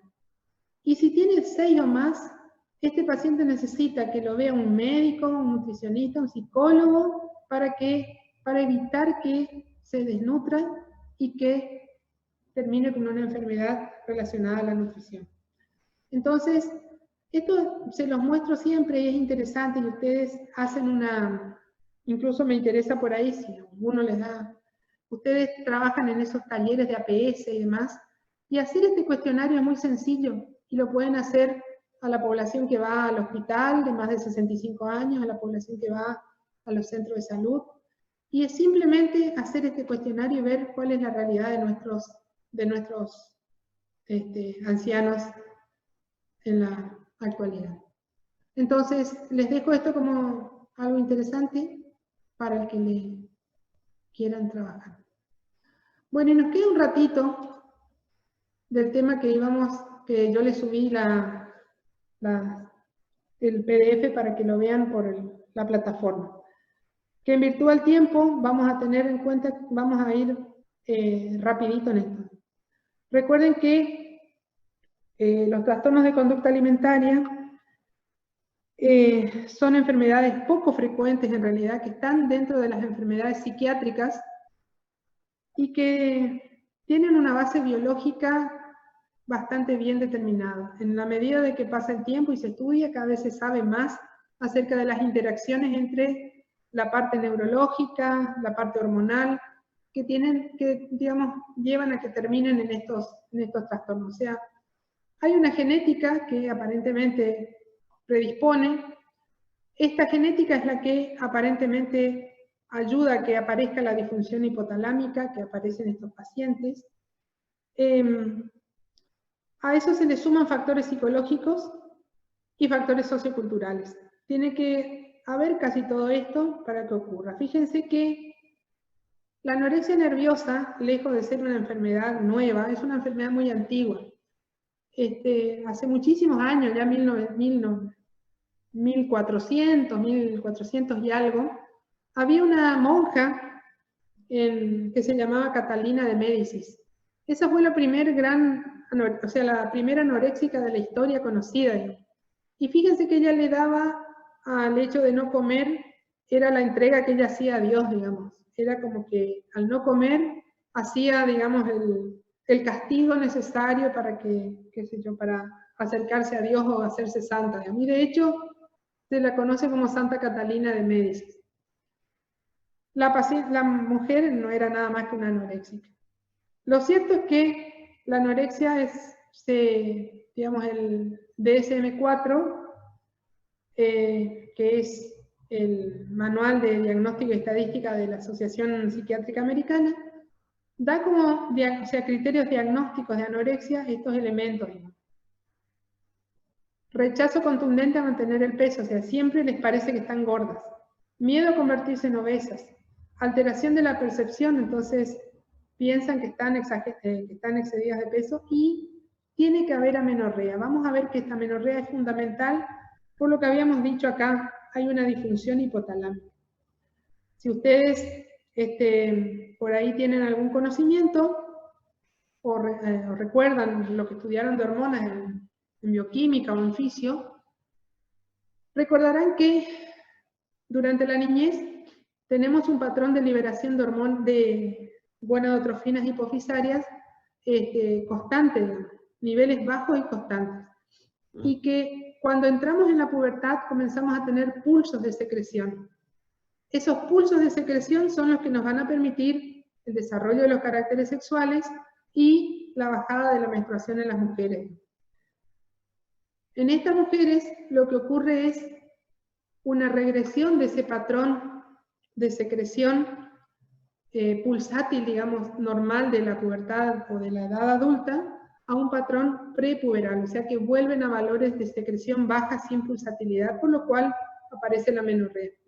Y eso es una condición indispensable para que aparezca, para considerar el diagnóstico de anorexia.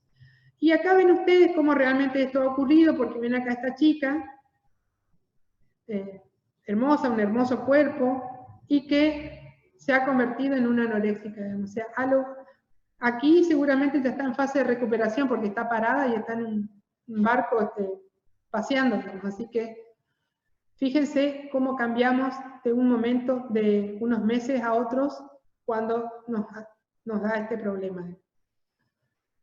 El abordaje terapéutico de estos dos trastornos de conducta alimentaria, que muchas veces no es que hay una sola o la otra, sino que como que hay mezcla de una y de la otra, es el mismo. Entonces, vamos a ver que con algunas diferencias el tratamiento va a ser igual, y las diferencias por ahí con respecto a la anorexia está dada por una alteración, digamos, de la percepción de su esquema corporal, pero tienen estas cosas, digamos. Son niñas que son cumplidoras, que son inteligentes, que andan bien en todo lo que se proponen, hasta que de golpe empiezan a andar mal. Obviamente, cuando empiezan a andar mal es cuando entramos en la etapa final de la anorexia. Es notorio que los pacientes no vienen solitos al consultorio, los trae la mamá, los trae una amiga, porque notan que no come y que ha perdido peso. Difícil que venga la paciente. Entonces, lo que uno nota, que bueno, muchas veces se demora esa visión porque no hay tanta conexión en la familia, o sea, la madre sale a trabajar, el hijo viene, come, sale de nuevo, qué sé yo. Notamos esto, digamos. Primero, el paciente hace mucho lío para comer, le encuentra problema a la comida, dice que no tiene apetito, desmenuza la comida y demás, hasta que eso es lo primero que, si uno pudiera detectarla en esta etapa, no vamos a tener todos los problemas posteriores. Entonces, en general podemos decir con respecto a la anorexia que inicia en la pubertad o adolescencia, o sea, ya tuvo que haber empezado la pubertad para hacer el retroceso, en donde notamos la disminución de peso con toda esa lasitud que acompaña la pérdida de peso, ¿no? O sea, la hipotensión, la bradicardia, la frialdad, la intolerancia al frío, la detención del crecimiento, la amenorrea, 3 meses por lo menos de amenorrea. Y cuando hacemos el examen físico vamos a ver que tiene, bueno, que puede estar deshidratada, que ha perdido el panículo adiposo, que puede estar hipotensa, con el choque de punta muy cercano a la línea media, porque el corazón queda como una gotita, que tenemos alteraciones como irritabilidad, alteraciones en los reflejos. Si hacemos algún estudio, vamos a ver que un estudio de cognición está disminuida la atención, la capacidad mental. Vamos a ver que el abdomen puede estar excavado o puede tener distensión gástrica por dilatación aguda gástrica. Y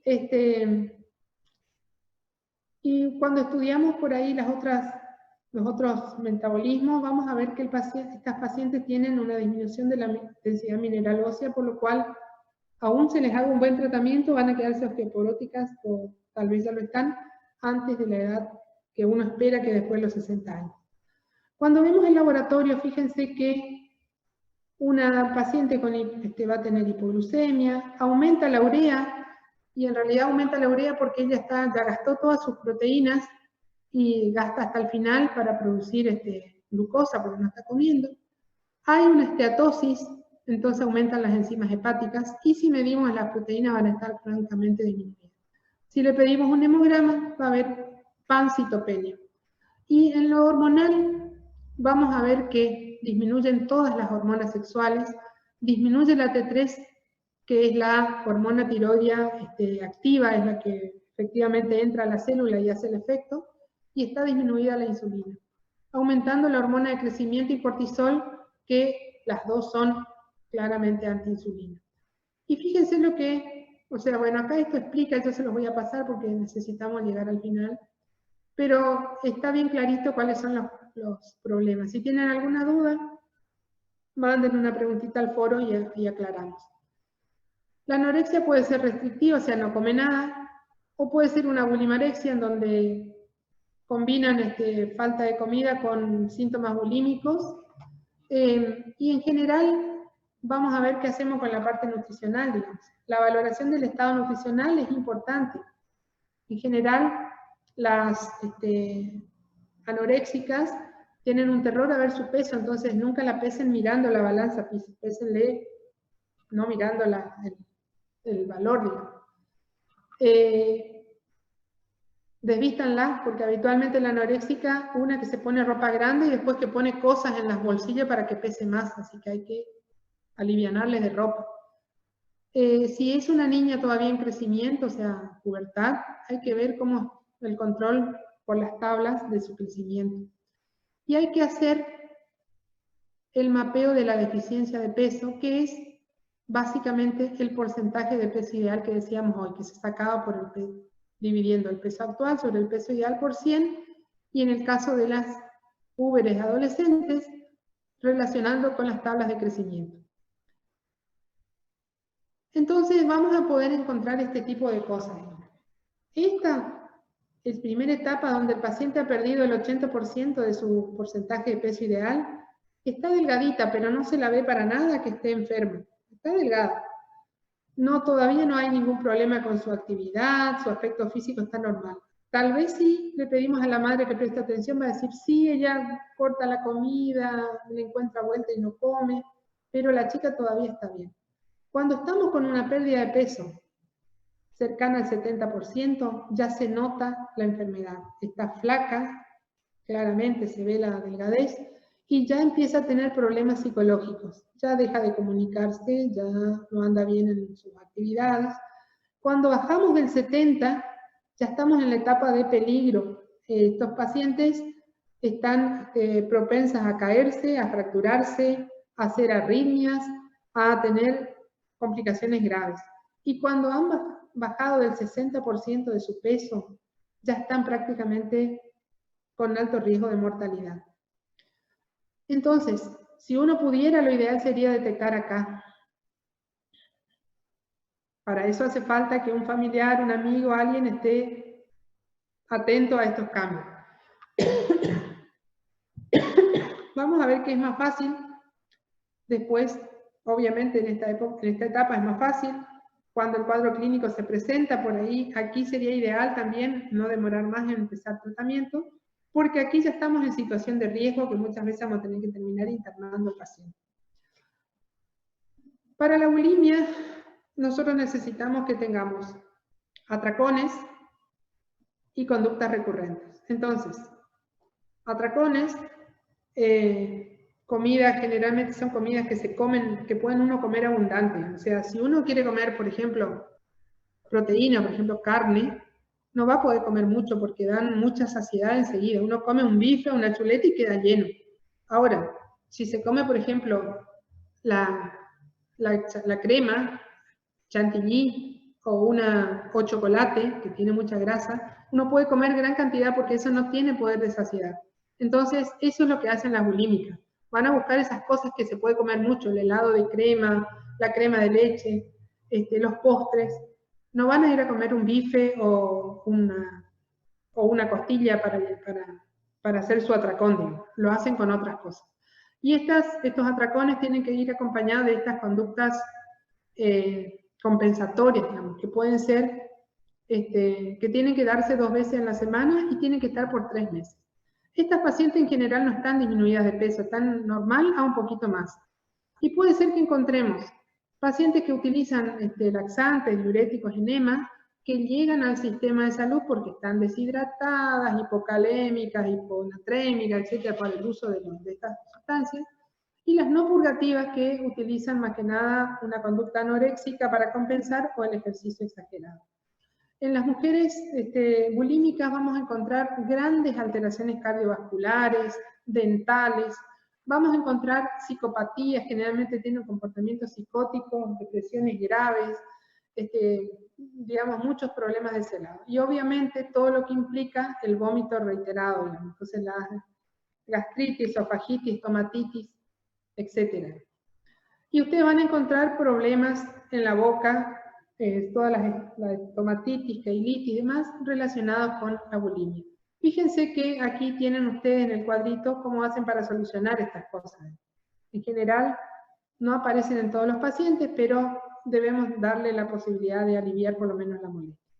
Con respecto al tratamiento, necesitamos un marco institucional y un equipo. El equipo tiene que tener por lo menos un médico clínico, un psiquiatra, un psicólogo, un terapeuta ocupacional, un asistente social, tal vez un profesor de educación física, no sé si dije nutricionista, es fundamental para poder comenzar el tratamiento. Y lo que uno tiene que plantear es tratar de lograr un peso saludable, superando los riesgos de la malnutrición. Tenemos que mantener lo que se logró, que ese sería el mayor objetivo, digamos, o el más importante, o sea, lograr evitar las conductas bulímicas o incrementar el peso en las pacientes anoréxicas. Entonces, necesitamos darle un plan alimentario, necesitamos hacer una realimentación lenta y segura, tenemos que dar los suplementos necesarios, generalmente complejo B, hierro, calcio, hay que suplementar como pastillas. Educación nutricional para que entiendan y sepan qué alimentos pueden consumir sin que les genere aumento de peso. Y bueno, dependiendo la magnitud de del trastorno, puede ser que lo hagamos en forma ambulatoria, puede ser que hagamos un sistema de internación de día, o puede ser que necesite internación completa. La internación de día sería un sistema en el cual la chica va al instituto donde se atiende, recibe la atención de todo el equipo multidisciplinario, está ahí durante la mayor parte de las horas del día, desde la mañana hasta el mediodía o hasta la tarde, y vuelve a su casa a la noche. Hay que trabajar en el orden psicológico de manera individual y de manera grupal, porque las dos cosas son importantes. La individual para trabajar en las causas, generalmente hay alguna disrupción familiar. Vamos a ver qué tanto para estos trastornos de conducta, ya sea anorexia, bulimia, o para los obesos mórbidos. Siempre hay un problema de base que lo encontramos en la familia, en la sociedad, en algún evento negativo que haya ocurrido en su vida. Entonces, tenemos que trabajar individualmente y en forma grupal más que nada para tratar de elevar la autoestima de las chicas, porque con eso es como que ellas se ven útiles para ayudar a sus compañeras. Con respecto a los fármacos, se utilizan por ahí algunas benzodiazepinas como el prazolam, antidepresivos tricíclicos, la venlafaxina, fluoxetina, que son inhibidores de captación de serotonina, mientras que se hace todo el resto. Pero en realidad no hay ninguno que diga así, bueno, va a funcionar. La terapia nutricional. Fíjense que tratar de que coman normal o lo mejor posible. Modificar los tabúes y pensamientos. Recuperar, llegar al 85% del peso ideal. En la anoréxica y bueno, en la bulímica que no aumente ni que baje, que quede como estaba. Entonces, hay que trabajar con una estrategia de educación alimentaria en donde se pongan horarios, se pongan porciones que deban ser cumplidas con precisión, digamos, para que funcione, y un plan de alimentación. Si en forma ambulatoria esto no funciona, hay que internarlos. Fíjense que el hospital de día son aquellos que tienen ideas suicidas, por ejemplo, aquellos que han perdido muchísimo peso, los que tienen una situación familiar en donde no pueden hacer nada en su casa para mejorar, y bueno, los que no han cumplido las pautas ambulatorias. Con eso, hospital de día. Ustedes me preguntan, ¿acá en Santo Tomé hay? No, no hay. Acá no tenemos ni siquiera psiquiatra permanente, pero hay en Corrientes Capital, hay instituciones que hacen el sistema de hospital de día. ¿Podemos hacerlo acá? Sí, podemos. Tenemos psicólogo en el hospital, tenemos nutricionista, tenemos médicos. Entonces, se podría, si es que aparece un paciente, intentar. Pero ante el primer fracaso de estos intentos, hay que derivarlos a un lugar donde se los pueda atender bien, porque si no estas chicas pueden llegar a morir por este problema. Y muchas veces hay que internarlas rápidamente. Fíjense, estas chicas pueden tener trastorno de conciencia, pueden desvanecerse en cualquier lugar, pueden convulsionar, pueden hacer infartos, pueden hacer dilataciones gástricas agudas con ilio, pueden hacer gran cantidad de complicaciones, arritmias cardíacas, etcétera, por los disturbios relacionados con su falta de ingesta.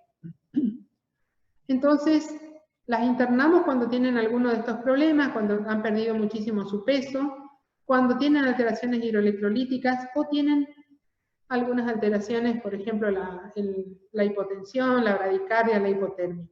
Lo primero que hay que hacer cuando se interna es corregir las alteraciones hidroelectrolíticas. No nos vamos a preocupar porque coman.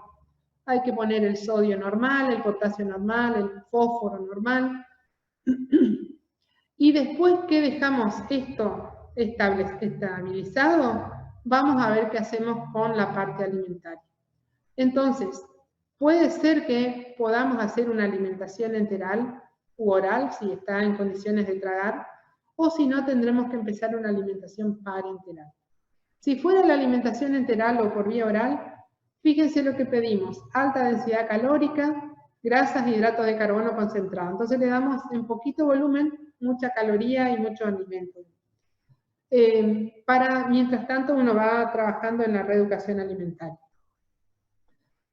Incremento aceptable, poquito. No queremos que baje. Dijimos que si aumenta mucho es edema, no es aumento de peso genuino. Y fíjense que la ley de la armonía se mantiene. Se sube un poquito las grasas para poder darle más calorías, pero el resto se mantiene igual. En la bulimia, más que nada, hay que tratar de trabajar la parte psicológica, que es lo que está mal. Y para terminar, lo vamos a tocar de vuelta rápidamente en clase de vuelta, lo del síndrome de realimentación. Con esto les quiero explicar por qué no tenemos que darle de comer de golpe un montón de comida a una persona que está severamente desnutrida. Porque ocurre esto, digamos, esto que se llama síndrome de realimentación, que es cuando queremos intentar una expansión rápida de la masa celular, obviando el requerimiento de los nutrientes específicos o nutrientes que son particularmente específicos en la realimentación. Entonces aparece un cuadro al segundo o tercer día de comenzar a alimentarlos inapropiadamente de disfunción miocárdica, retención de agua. La mayoría de los casos estos pacientes mueren por insuficiencia cardíaca. Pero aparece, o sea, hipocalcemia contetánea, digamos, disfunción multiorgánica. Y les intento explicar acá por qué. Esta sería una situación normal de ayuno prolongado, ¿no? Cuando nosotros entramos en ayuno, disminuye nuestro gasto metabólico basal, entonces bajamos nuestro metabolismo. Lógicamente, las hormonas anabólicas van a disminuir, entonces disminuye la secreción de insulina. La insulina actúa en el metabolismo de la glucosa, favoreciendo la internalización de la misma y la utilización, y también interviene en la reabsorción de sodio y agua a nivel del riñón. Entonces, en una situación de ayuno, con una reserva funcional disminuida por la falta de nutrientes, con una disminución de la secreción de insulina, nosotros vamos a tener una disminución de la reabsorción de sodio y agua, y vamos a tener una disminución del metabolismo de la glucosa, por lo cual los iones que son necesarios para el metabolismo de la glucosa, el potasio, carrier que internaliza la glucosa a la célula, fósforo, importante para la cadena de fosforilaciones del uso de la glucosa dentro de la célula, y la vitamina B1 disminuye su utilización. Entonces el organismo queda en este estado como que de hipometabolismo. ¿Qué pasa cuando empieza a comer? Cuando empieza a comer, obviamente, ingiere hidrato de carbono, proteínas, grasas, minerales, todo, oligoelementos. Con esto nosotros aumentamos el valor calórico de nuestra alimentación, claramente, aumenta nuestro gasto metabólico y recuperamos la reserva funcional. Todo esto sería perfecto si no ocurre esto, digamos. Nosotros tenemos un paciente que está deplecionado de estos elementos, fósforo, potasio, vitaminas, que no está manejando bien el sodio y el agua por la falta de insulina, y de golpe empieza a comer. Los hidratos de carbono fundamentalmente son un estímulo muy potente para la secreción de insulina. Entonces, al aumentar la insulina, aumenta la reabsorción de sodio y agua por el riñón, con lo cual puede haber edemas, y aumenta el metabolismo de la glucosa. Entonces la glucosa empieza a entrar a la célula, empieza a fosforilarse, empieza a utilizarse, etcétera, etcétera. Esto es lo que ocurre cuando el paciente se comienza a comer. ¿Qué pasa cuando eso lo hacemos sin el cuidado que les mencionaba hoy?